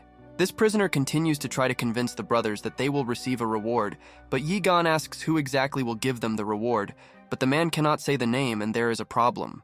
Immediately after Yigan realizes that he will not find out the information he is interested in, he deliberately loudly takes his sword out of its sheath and tells this guy to die right now. After a couple of moments, our main character makes a powerful blow with a sword that is capable of killing a person who cannot move without any problems. But after our main character strikes, we watch how this man, although scared, is alive and well, but at the same time he did not utter a single extra word. And Gan, seeing that this man was simply incredibly faithful, began to return his blade to its sheath. This thanksgiving in the human body continued to thank him. Meanwhile, our main character understands that he just wanted to intimidate him, but the sword turned out to be so heavy that it really almost fell on his head, and Gan asked what the payment would be. The man replied that they would receive cleaning, complete anonymity, and that their branch also specialized in collecting information. If Yigan allowed, he would serve them. After Yigan hears all the conditions, he turns to the master to hear his opinion. The old man replies that good relations with the lower fifth gate will not interfere with him, so he can do as he knows. Our main character decides that first he needs to check whether he has enough abilities to be useful. He tells him to try to guess who he is. If the answer suits him, he will give the task. The man begins the analysis. He reports that judging by his voice, he is still a youth, and his speech is refined, which means that he is definitely from a noble family that specializes in martial arts. Then this blindfolded man concludes that perhaps in front of him is a prodigy from the Baek clan named Hajun, but definitely not his lazy loser brother. The reaction of these three is priceless. The old man decides that he is just perfect for them. The younger brother is outraged by the guess, and our main character realizes that he definitely has talent. After a couple of moments, Yigan replies that his answer satisfied them. He throws a bag of silver and gave him the task of collecting information about the visitors of the Baek clan.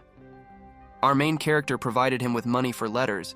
Then he said that he would deal with the ropes himself. Then these three began to return back. This man continued to thank them. The mood of Yigan's younger brother is very gloomy. The thought that now they will definitely have big problems cannot leave him. Yigan asks him if he is really afraid because of this. The younger Bart begins to avoid answering, but Yigan says that he shouldn't worry because all the responsibility lies with the older brother, so he's not in danger. And Gan understands that not so long ago his father stopped punishing him forever. Instead, he began to limit himself to cold glances, so he is unlikely to say anything. After a couple of moments, the course of events is transferred to the Temple of the Red Dragon, in which the highest patriarch is informed that Yigan and Hajun went to drink. This is reported by the clan manager. The father of these brothers asks in surprise whether this is really so. The servant replies that their vassal saw them not far from the pavilion. The father is dissatisfied because, and Gan, having recently returned home, is already causing a fuss. Next, the supreme patriarch of the Baek clan furiously hits the armrest of his throne. He does not intend to just let this happen to his eldest son, a slacker. After a couple of moments, the supreme patriarch himself decided to stand up from his throne and personally visit his son Yigan in his chambers, because his actions should be noticed. The course of events is interrupted, and we observe how the supreme patriarch himself is engaged in the education of our main character. Punishing him for his misconduct, he hits him on the legs with a rolling pin. He tells him that he just returned home and immediately took his brother to a drinking establishment. He asked him if he knew what it was and what it meant to bear the great noble surname Peck. After a couple of moments, the father of our main character sighs and tells him that in 5 years there will be a council of 7 stars, which is a very significant event. Next, we are told that the 9 great sects have a meeting of the dragon and the phoenix, and the great clans have a council of 7 stars. This is the main difference between sects and clans. Once upon a time, their ancestors competed in martial arts at these meetings so that many could practice and show their amazing mastery. However, now everything is a little different. Now the event is held for talented young warriors. This event helps them form connections that will be very useful to them in the future. Finishing our story, we return to reality. The father, standing in front of his son, informs him that his younger brother, Hu Zhong, will also participate in this council. The guy replied that he already knows this. In his thoughts, Yigan understood that he would not live long after the meeting anyway, so there was no point in him going there. The Mayang, Habuk Peng clans, as well as the Cheongrim Tao sect will also arrive in their territory. The patriarch believes that they want to introduce their children to Ha Jun. Turning to his eldest son, the father tells him that he should also get along with them, and Gan replies that there is no point in this because he does not care about the meeting of the 7 stars. But his father interrupts him, saying that he doesn't care about his opinion. Today's punishment was supposed to straighten. And Gan's brains, at least for a little while, he asked the guy if he was going to disgrace himself in front of the students. Before leaving, the Supreme Patriarch said that his mistakes would have a very bad impact on his younger brother, who has great potential, and on the whole family in general, so he should come to his senses in time. Immediately after the father of our main character completes the phrase he disappears, the Sacred Blade says that there is a plus in this, because now there is no need to look for people from Chanrim, because they will come here themselves. The guy wonders why his father wants to introduce him to someone. His grandfather replies that this is obvious. He wants him to make friends someday, and Gan said that he will only confuse them with his weak picking. Suddenly, our main character's conversation with himself, just like in a fight club, is interrupted. The manager of the Bayek clan enters the room and addresses the young master Yi Gang. Going into his chambers, he hands him the ointment and tells him to try to smear it on the wounds. It should help. And Gan was a little confused, but thanked the clan manager for his help. Next, this clan manager winks at our main character and says that his father gave him this ointment in secret. But this must remain a secret. Then he was going to leave his chambers. After the Valve manager left the chambers of our main character, Yigan opened the ointment that his father gave him, and it looked very effective and pleasant. The Sacred Blade immediately realized that the refreshing aroma was the secret medicine of the Baek clan, very valuable. Looking at the ointment, Yigan understands that his father does not know how to be sincere at all. Next, our main character's mentor, represented by the Sacred Blade, tells him to smear this medicine on his wounds and go to bed, because given the upcoming events, he needs to hurry up with his training. Then the course of events is interrupted. Our main character spends the night safely, and we are transported to the next day. We are already watching these two train together again. The Sacred Blade of Immortality, looking at the stance of his descendant, tells him that it is wrong. He needs to stand still and not move. He has been standing in this position for an hour. After a couple of moments, our main character's body cannot withstand the load, and his muscles fail. He falls to the floor. His mentor tells him to cross his legs now and sit down. The old man says that now he will teach him how to restore his innate inner strength with the help of spiritual power. Since he has already spent all his endurance, it should be easier for him to feel it. While our main character is trying to catch his breath, he is surprised by what he heard, because he has never heard about the restoration of internal innate energy with the help of spiritual power.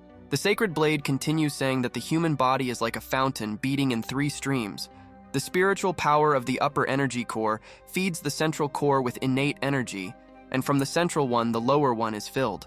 The grandfather continues saying that it is impossible to increase the amount of this energy, even with his artifact on his neck.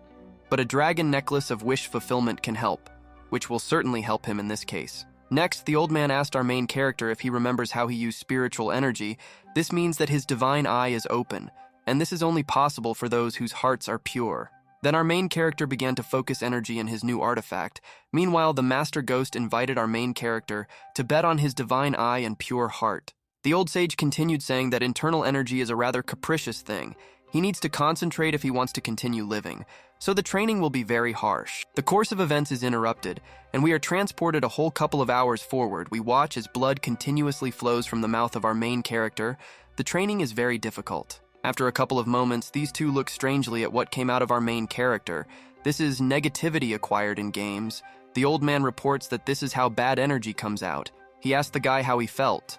After this question, our main character immediately began to warm up. After a couple of seconds, he said that he felt much better. Now it should be easier for him to use Qigong. The old man added to his only student, saying that most likely this would not last long, but he could still try to move to the next station, and Gan became interested in what kind of phase was being discussed. The sacred blade asked his student what he thought would happen if people could make their fists as hard as iron. Their noses would break just like that. This is strengthening their fists or any other part of the body.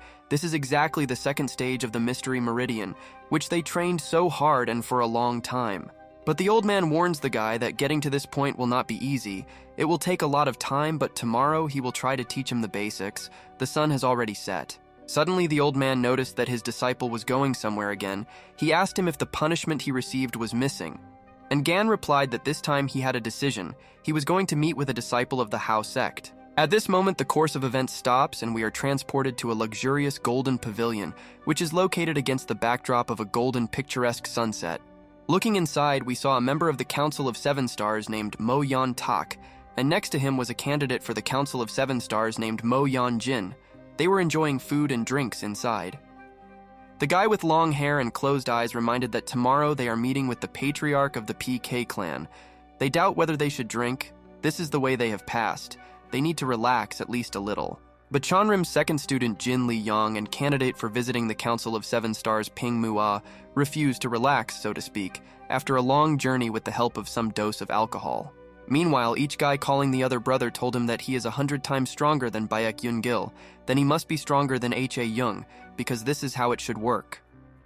The girl who was sitting next to them at the same table was very annoyed by the fact that the girl opposite her was chewing with her mouth open. She directly reprimanded her and asked her to stop.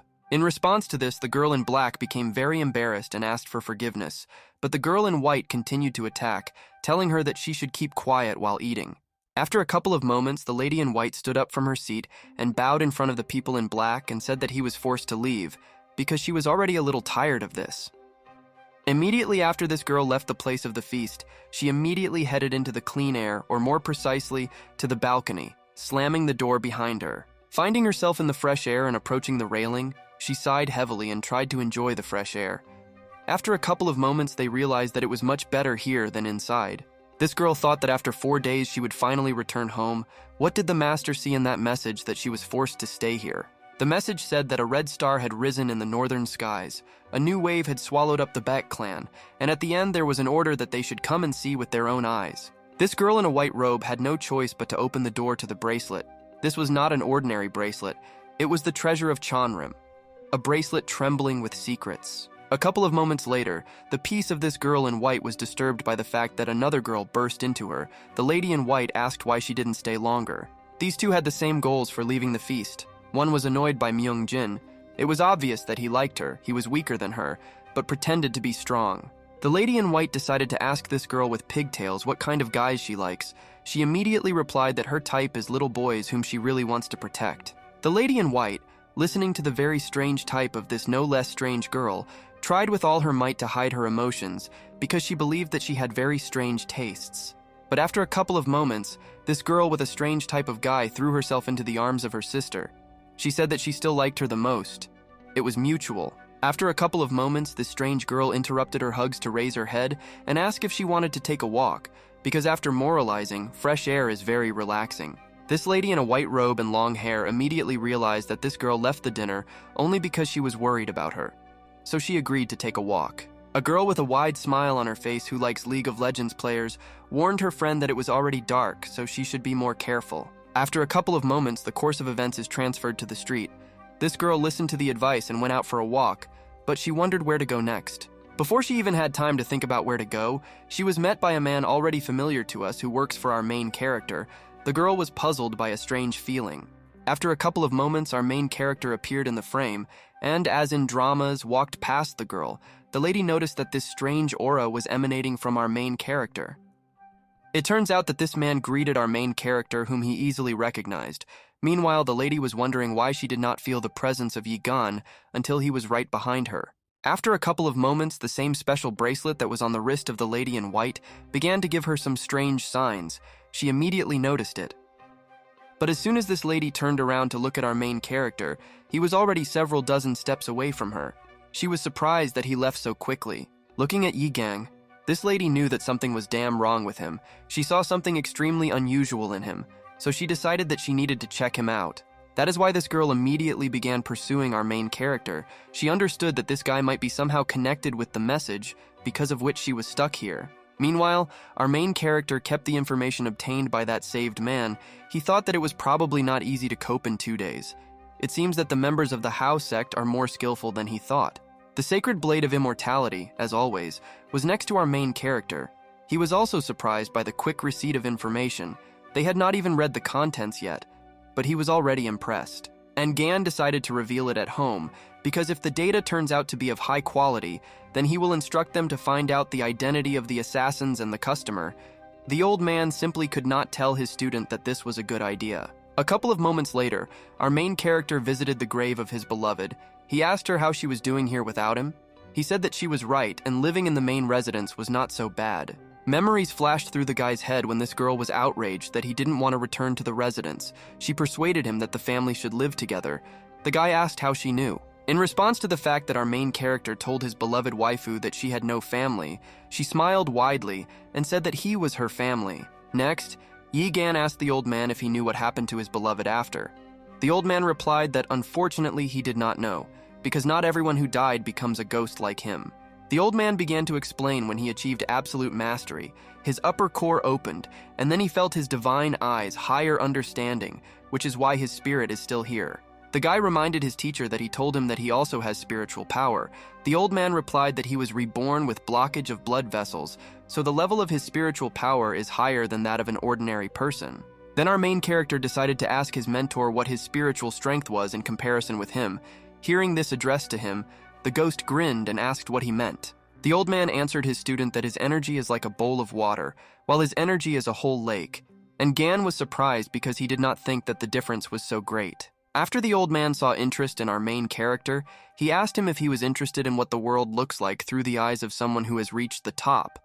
The guy answered without hesitation that yes. Next, the old man put his hand on the head of our main character. He said that his body had recovered well, so it's okay for a second. He will borrow part of his spiritual power for his student.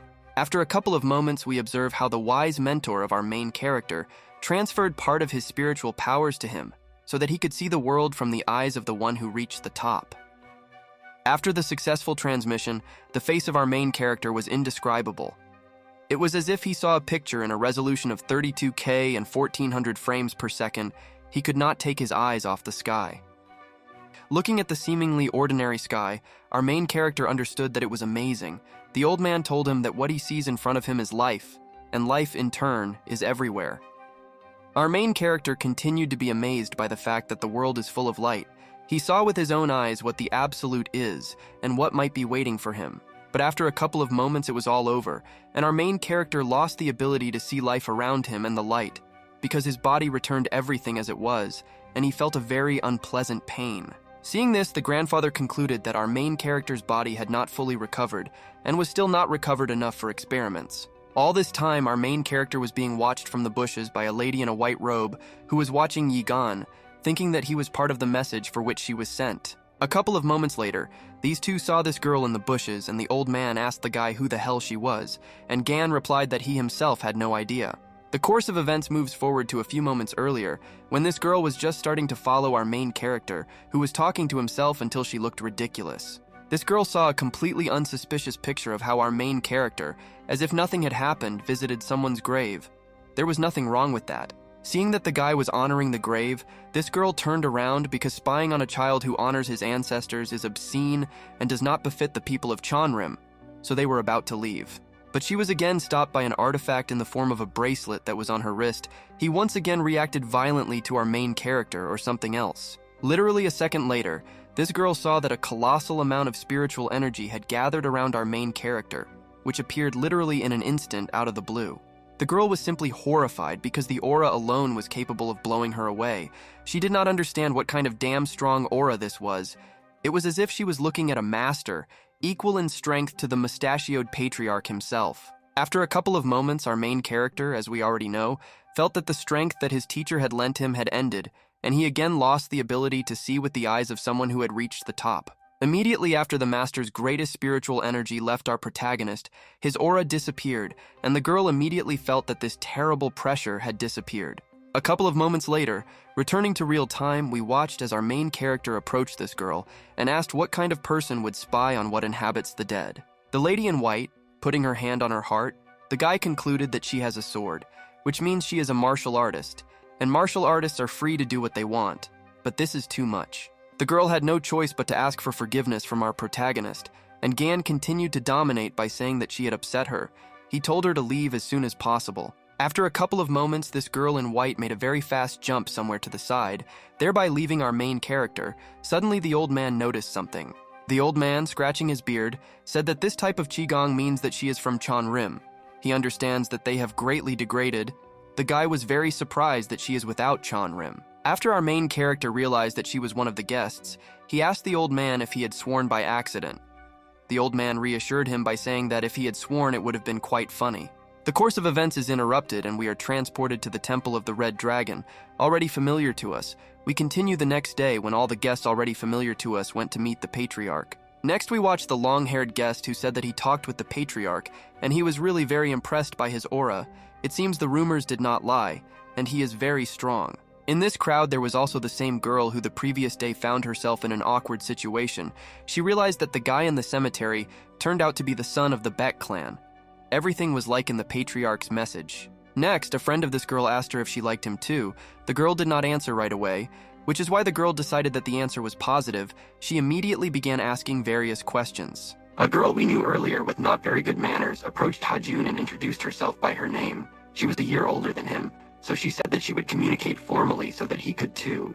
The girl extended her hand for a handshake, but our main character's brother did not react at all. She extended her hand and realized that he did not know what a handshake is, because it is a Western trick. A couple of moments later, the vassal of the Pak clan reached a door, and turning to the crowd of guests, informed them that they had finally arrived at their destination.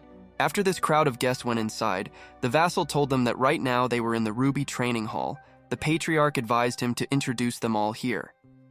Suddenly, the long-haired man turned to our main character and said that he had heard that for them this is a sacred place where only direct descendants of the main branch of the Beck clan can enter. This guy suggested that only his younger brother trains here, but Aigan replied that he also trains here.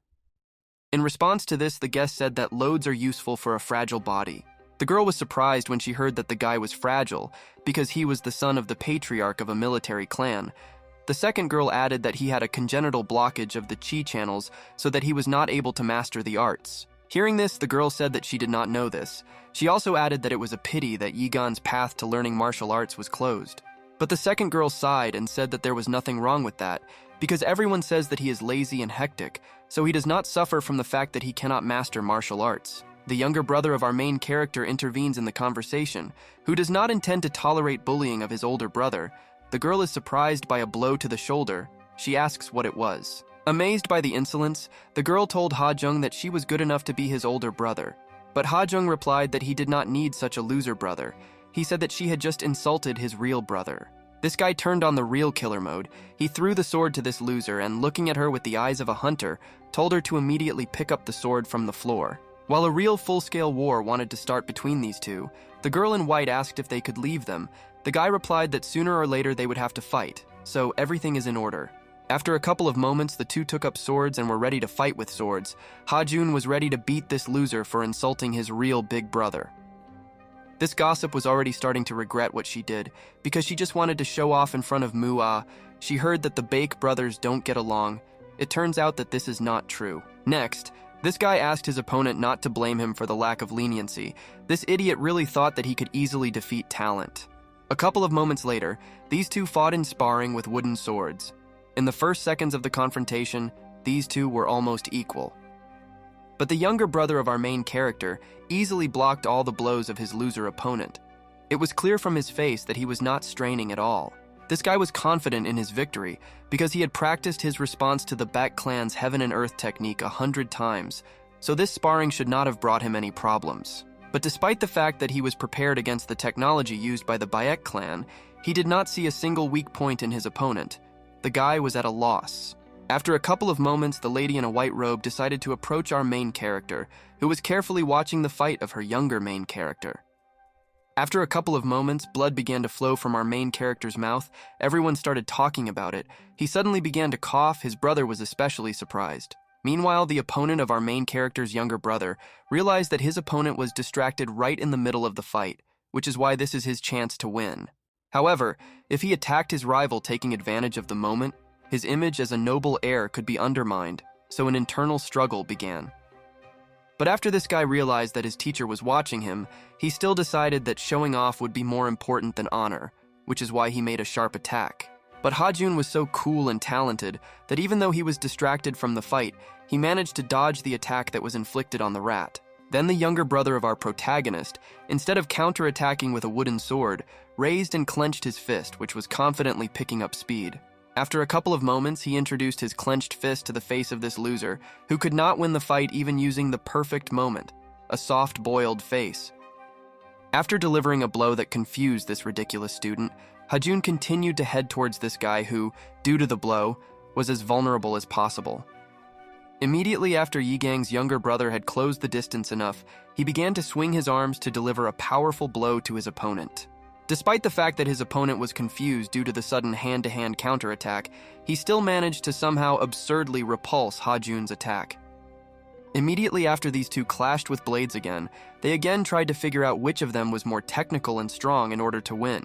The strength of these two guys was approximately at the same level, which is why after they crossed their swords, they came out of this situation in the same way. Immediately after Ha-jung realized that attacking with a weapon at this moment would take too long, he once again began to swing his left funeral. But this time his opponent did not stand AFK. Instead, he launched a kick, which the talented prodigy and just a smart guy managed to intercept. The intensity of the battle between these two grew exponentially, but suddenly the two were interrupted by the master of this loser, opening a fan in front of his face. The man who stopped the fight asked them if they had forgotten that they had a friendly fight, and they tried painfully to kill each other. Next, the gentleman with the fan said that children love to do stupid things, but he did not even expect that the situation would become so tense. He stopped them in time, so that they would not know the winner. Then the voice of his older brother reached this guy. They whispered to him that he was a fool. The guy with the fan used the distant whisper technique. This guy's older brother continued to use his technique. He whispered to him that he had missed his chance and brought shame on their entire family. Meanwhile, this gentleman with a fan approached his younger brother, and stroking his head said that he knew that he was ashamed. But our main character had a slightly different approach. More realistic, he asked his brother why he was counting crows during the duel. Ha-jun said that he was distracted because he was bleeding, and Gang replied that this happens to him all the time, so there is no need to be dramatic. Looking at this loser, our main character realized that he too seemed to have been scolded, but for some reason, even during a squabble, they seemed so close to each other. Next, Yi-gan told his brother that the most important thing is that he defeated this guest. This remark of our main character was heard by the loser's older brother. This guy with the fan couldn't help but intervene. He asked Yi-gang if he was really telling his brother that he had won. Yi-gang replied that it was obvious that Ha-jun would have won. The guy with the fan said that a competitive spirit is good, but you shouldn't invent the result. And Gan replied that it's true and he can see for himself. The guy with the fan told his younger brother to get up from his knees, but suddenly he was struck by a sharp pain that did not allow him to get up from the pain. After trying to get up, this loser immediately fell on his butt. His older brother was surprised. He sharply asked what was wrong with him again. Suddenly, this loser remembered that during the fight, Gigachad Ha-jun hit the pressure point of Jin's shin, so his leg would hurt for several more hours, so he would lose. The loser's older brother was surprised that our main character noticed this detail. This guy couldn't believe that Yi-gang noticed something that he didn't notice. The clan's vassal and Ha-jun's coach joined the conversation and supported our main character, saying that he also saw how this happened.